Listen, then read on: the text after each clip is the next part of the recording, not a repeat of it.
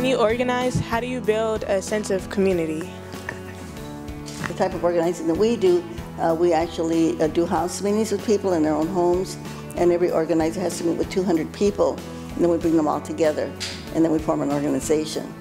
And then they have to then decide what their priorities are, and then they have to volunteer to do the work to the things that they want to change. They have to work on it to make them change, and they have to volunteer to do it. And so I think that would build that sense of community, is people working together on an issue.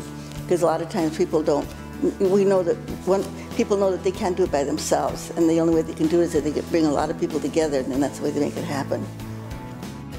When it comes to facing disappointments, how do you convince yourself to keep on going or to continue with the work? Well, if something doesn't go the way that you want it to, that just means that you have to figure out another way to do it. You know, if you tried this method, or you tried this strategy or this tactic, and it didn't work, so then you got to say, okay, that didn't work. So what can we do different? You know, what can we do? Don't give up on the issue, but just figure out, okay, that didn't work. What is it? What more is it that we have to do? You know, like in our organization, we always do like a critique or an evaluation of everything that we do. And we always say, okay, what worked? You know, what went well? And then we say, what could be improved? What are the things that we could have done that we didn't do? And then kind of brainstorm and, figure out another way to accomplish your mission. Yeah.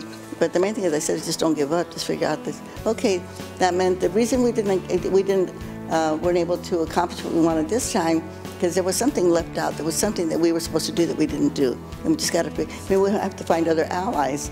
Maybe we have to find other people that will support our issue, and we have to go out there and organize them to help us, and just figure out another way. You can't take disappointments personally. You know, we do the best that we can. But we can't really take it personally. I remember Fred Ross, who was the man that taught us how to organize, said, when you're doing this kind of work, it's like you're walking into a swamp and you're trying to find the rocks, and you're blindfolded while you're doing it. You know? So you have to just go out there and do the best that you can. And I think also too, if you kind of step back a little bit, and it's like a theater, you're watching a play going on, you know, and you're all the characters in the play. So you have to step back away from it, and of course you're disappointed, and your feelings are going to be hurt because it didn't go the way that you wanted to, and you feel, well, maybe it was my fault, right? I mean, you want to blame yourself, and I can't say that you're not going to have those feelings, because you're going to have them, but the main thing to do is just just say, okay, well, it didn't work. We did the best that we could, but now we've got to do something different. And let's think of a new way to do it, a different strategy to make it happen. But the main thing is don't give up, because if we give up, then we lose. What are some of the challenges that you faced as a woman in the movement? Well, you're always going to face those challenges, because people will, number one, take credit for your work, okay? And you have to try not to let them do that. I always say, just remember Oprah, okay?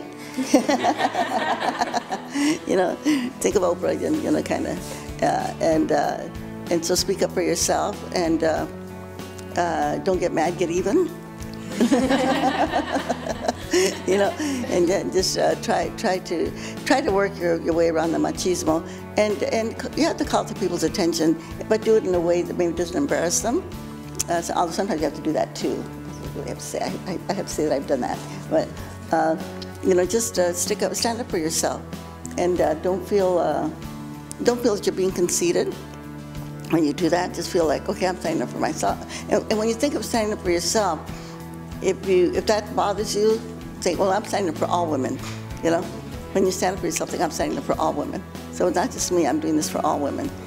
As young people, all of us need someone to pass the baton and push us and challenge us and make us, push us to be the young men and women that we're meant to be. So thank you for being here and taking the time and doing the work that you're doing. It's necessary and we need it. So thank you.